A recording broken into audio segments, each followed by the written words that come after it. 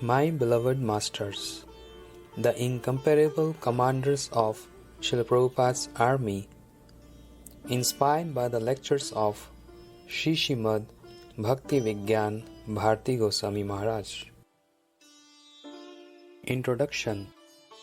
In his poem Vaishnav Ke, Sri Srimad Bhakti Siddhant Saraswati Goswami Thakur Prabhupada had described that the main impediments to bhajan are Kanak, means wealth, Kamani, means objects of desire, and Pratishta, means prestige. Although abandoning the thirst for Kanak and Kamani is certainly not without its challenges, the thirst for Pratishta, Maya Devi's final assault, is even more formidable. It certainly allows it to remain deeply rooted in the heart without being detected by others, or, tragically, even oneself. Pratishtasha drishta shopacha ramni me hidi natet katham sadhu prema sprashyati suchir etan nanu manaha sada tvam sevasya prabhu dayita samantam atulam yatha tvam nishkashya tvaritam iha tam vishayeti sa. Shrimana Shiksha 7. In this verse, Srila Raghunath Das Goswami has explained that the immaculate son of Prema, divine love for Shri Krishna, will never rise in the heart as long as hankering for Pratishta dwells there. Are the sincere practitioners on the path of bhakti then hopeless? No. Srila Das Goswami assures us there is a way. He explains, Sada tvam sevasya prabhu daita samantam atulam. Always serve our Prabhu's incomparably powerful commanders. These words refer to the beloved, Daita, and incomparably, Atulam, powerful commanders, Samantam, the armies of either Prabhu, Shri Krishna or Mahaprabhu, Shri Chaitanya Dev, such as Shri Rup Goswami, Shri Sanatan Goswami and others. However, many different meanings arise in my heart when I read, remember or recite this phrase. A few of these meanings are as follows. Prabhu Daita refers to Srila Prabhupada Bhakti Siddhant Saraswati Thakur, who revealed his eternal identity as Varshabhanavi Daita Das, and Samantamatulam refers to his incomparable powerful commanders, like my most worshipful Guru Pad Padma, Shri Srimad Bhakti Daita Madhav Goswami Maharaj. Second, Prabhu refers to my beloved masters, the disciples of Srila Prabhupada. Daita refers to Srila Prabhupada, Bhakti Siddhant Saraswati Thakur, Shri Varshabhanavi Daita Das, and Samanta Matulam refers to the incomparable commanders of his army. Third, Prabhu refers to Srila Prabhupada, and Daita Samantam Atulam refers to his most beloved and incomparably powerful commanders, Shri Srimad Bhakti Daita Madhav Goswami Maharaj. Fourth, Prabhu refers to Shri Guru and Daita refers to Shri Srimad Bhakti Daita Madhav Goswami Maharaj, who is Samantam Atulam, an incomparably powerful commander. Fifth, Prabhu refers to Shri Chaitanya Mahaprabhu, and Daita Samantam Atulam refers either to his most beloved and incomparably powerful commander, Shri Srimad Bhakti Siddhant Saraswati Prabhupada, or to Shri Bhakti Daita Madhav Goswami Maharaj, who appeared as a bright sun on the horizon of my good fortune. Although these meanings may not perfectly comply with the rules of Sanskrit grammar, I request the devotees to accept the essence of the intended import of these explanations. The title of this book is inspired by the second of the above-mentioned meanings. When Srimad Mahaprabhu and his associates appeared before Srila Prabhupada in a vision and instructed him to immerse himself in the service of preaching, the Lord promised, I will arrange for the required men and money. We can therefore infer that those who took shelter of Srila Prabhupada were associates of the Lord sent by him. Hence, they too are included among the beloved, incomparable commanders sent by Mahaprabhu. And constantly serving them banishes the deviancy of Pratishta from the heart. It is the duty of an army commander to lead his troops to victory in defeating the enemy thereby protecting and expanding his king's empire. Shri Nityanand Prabhu, the foremost commander of Srimad Mahaprabhu's army, was so eager to serve the Lord's order that without selfish interest and at risk to his own life, he delivered his master's message to even the most sinful persons. Just as a commander executes every order given by the ruler of his nation, Srila Rupa Goswami and Srila Sanatana Goswami, on the command of Srimad Mahaprabhu, manifested the pastime places of Shri Shri Radha Krishna that had become hidden over the passage of time. Additionally, they personally directed many devotees to the path of bhakti by providing guidance and composed many bhakti literatures in which they established the teachings of Srimad Mahaprabhu and conclusively defeated the heretical doctrines of their opponents. Apadharma, improper religion, and Updharma, false religion, and Chal Dharma, cheating religion. An army's commander peacefully tolerate all hardships for the protection of their country. They perform their duties despite any hostile conditions they might encounter. In the same manner, the army of Srimad Mahaprabhu accepts all sorts of difficulties in order to fulfill his command to guard the realm of bhakti from the attack of envious opponents. Now the question arises, how can we possibly serve these beloved, incomparable commanders of our Prabhu in perpetuity once they conceal their pastimes in this world and enter into the Lord's eternal pastimes? The answer is that at such a time, they are served by repeatedly hearing, reciting, and remembering the conceptual legacy they practice and preach. Vaishnarave Gunagan, Korye Jivare Taran, Suniachi Sadhu Guru Mukhe. Shri Gopal Govind Mahanta, Srila Prabhupada Vandana, 18. Singing the glories of the Vaishnavas causes the conditioned soul's deliverance. This I have heard from the mouths of sadhus and Shri Guru. Remembering Vaishnavas is our prosperity, and forgetting them causes calamity. With this in mind, when Vaishnav Sarvabhaum Shri Jagannath Das Babaji Maharaj came to know that our most worshipful Param Gurudev, Srila Prabhupada, was an expert in astrology, he mercifully instructed him to publish the Sri Navdeep Panjika calendar. He told him that in it he should note the appearance and disappearance days of Vaishnavas, so that when such holy days arrive, the community of ardent devotees may properly hear about, glorify, and remember them. Indeed, it was an offense not to remember them on their appearance or disappearance days. From the very beginning of my residency in the mud, I witnessed that on the disappearance and appearance days of the Vaishnavas, my most worshipful Guru Maharaj, Om Vishnupad Astotrashad, Shri Srimad Bhakti Daita Madhav Goswami Maharaj, as well as Om Vishnupad Astotrashad, Shri Srimad Bhakti Pramod Puri Goswami Maharaj, and the many disciples of Srila Prabhupada would retire whichever book or series was regularly being read in their daily classes to instead speaking on the speciality of that particular day. For many years without fail, I have followed their legacy by consulting the Vaishnava calendar practically every morning and, as much as possible, accordingly observe the holy occasions recorded therein. Although the Vaishnava Acharyas glorified in this publication may at times appear to have different approaches to serving Shri Vishnu and the Vaishnavas, sincere sadhakas should view such differences not as inconsistencies or deviations, but as specialities. If a person compares the various acharyas' conduct without obtaining the necessary qualification, it only proves he has not learned the first thing about the transcendental nature of the Vaishnavas. Such a critic undoubtedly invites his own destruction. Je papisht ek Vaishnav paksha hai, अन्यर वैष्णवे निंदे से जाए खाए. Shri Chaitanya Bhagavat Madhya Khand 13.161.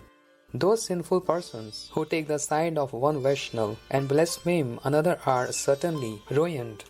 Therefore, taking into account their conditioned nature, Sadhakas should avoid approaching matters beyond their capacity of understanding, lest they cause their own annihilation.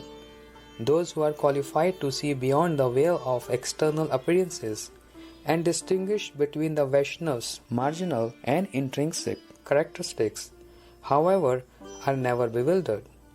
Just as a cook may appear a delicious curry by mixing two general incompatible ingredients such as jaggery and chili, and just as the dissimilarity of the sounds of assorted instruments in kirtan, karatal, mridanga, and kansa is secondary when they all converge into a single cohesive rhythm. Similarly, although the various acharyas' approaches may be multifarious, the end result of their collective preaching is tastefully harmonious, and an inexperienced person can only attempt an approximation, and therefore whatever he produces will be laughable.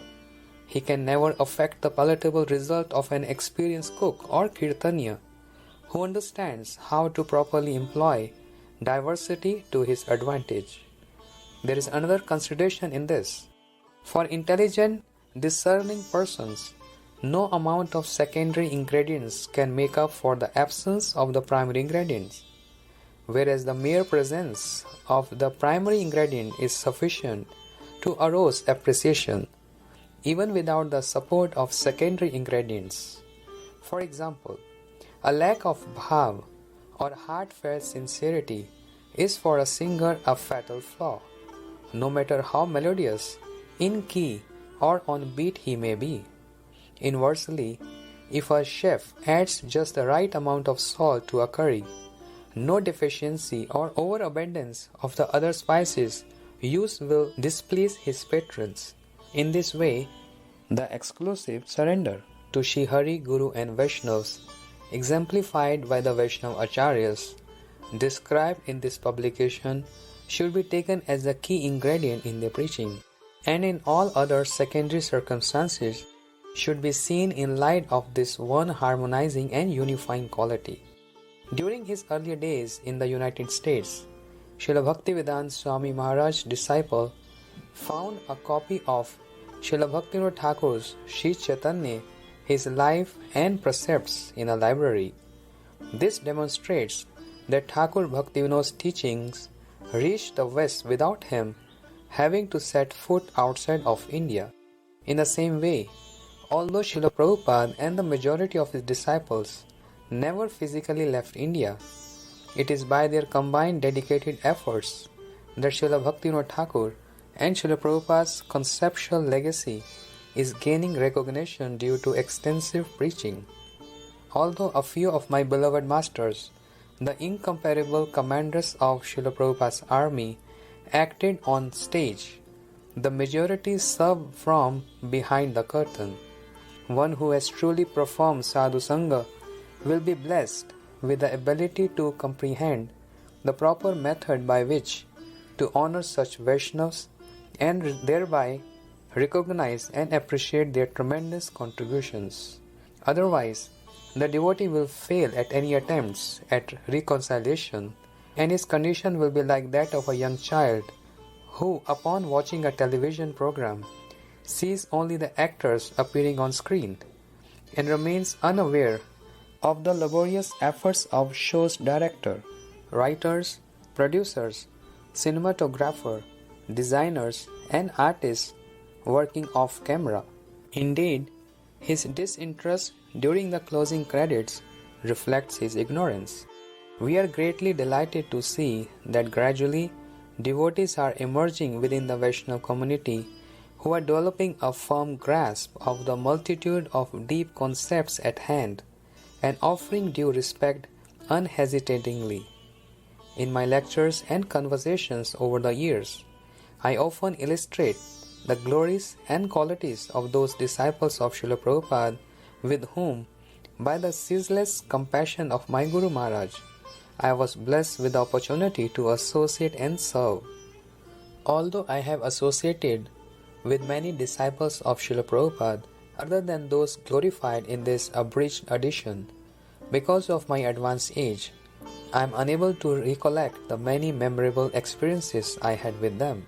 Sometimes, by their mercy, such remembrance appear from the archive of my memory when the need arises. My hope is to include my memories of these incomparable commanders of Srila Prabhupada's army in a future edition of this book. However, whether this actualizes depends upon the sweet, independent will of these personalities. Until today, no one has ever attempted to publish my anecdotes about Srila Prabhupada's disciples, whom I regard as saviors of the world, nor had it occurred to me that my experiences, conceptions, and narrations were of a caliber worth publishing. But now, at almost 91 years of age, when my condition is such that I may at any moment leave this world by the will of the Lord, a number of devotees have become convinced that my glorifications of these Vaishnavas would benefit the entire world. For this reason, they began collecting and transcribing whatever I spoke. Whenever they felt they were unable to establish the essence of a particular story, they would consult with me, and I would resolve the issue with ever-increasing enthusiasm. They then edited that adjusted draft and organized its contents. Incidentally, this process sparked an even deeper level of remembrance in me, thus unearthing long since forgotten memories of the Vaishnavas. This publication has been presented in the style known as Bhav Anuvad, which clearly conveys the moods and intent meanings of my spoken words. As with my anthology of anecdotes, the stories herein are independent accounts that can be read without concern for sequence. The reader can start and stop at any point without loss. I am deeply appreciative of the devotees involved in this publication for their ardent efforts and genuine desire to preserve the glories of the disciples of Srila Prabhupada, described herein. In this book, the publishers have, in a manner uttered devoid of speculation, presented the Vani and conduct of our Guru Vargas purely, just as I have heard and witnessed it. Unfortunately, it was impossible to present the Vaishnavas in order of their seniority. In the words of Srila Kaviraj Goswami, who narrated the pastimes of Sri Chaitanya Mahaprabhu and his associates, Keha Koribare Nare, Jeshta Lagu Krama. The sequence of who was senior and who was junior could not be given. Sri Chaitanya Charitamrita Adi Leela 10.5. Therefore, just as Sri Devkinandan Das has expressed in his Vaishnava Vandana, I say, Kram Bhang Dosh Na Laiva. Please do not take offense to my deviating from the proper sequence. I beg forgiveness for my inability to do so. I am now old, and the diminishing strength of my memory presents substantial impediments. I am unable to do anything but penance and remember the words Nij karma doshe e de hailo bhajaner pratibandha. Due to the faults of my actions, this body has become an obstacle to performing bhajan. Srila Krishnadas Kaviraj Goswami has cautioned that one who does not glorify the Vaishnavas is guilty of ungratefulness. I am therefore relieved that today this publication serves as a testament to my undying gratitude to the Vaishnava from whom I have received everything. The example the disciples of Srila Prabhupada have set in the service they rendered to their Guru and their firm conviction in him is our ideal. Indeed, it is our very life. May such conviction appear in our hearts. With this prayer, I conclude my introduction. Vaishnavera Namalava Ar Kichuna Kariba. I will do nothing other than take the names of the Vaishnavas. Vaishnav Das Anudas Shri Bhakti Vigyan Bharati. The Disappearance Day of Shri Srimad Bhakti Dait Madhav Goswami Maharaj, 2nd February 2017.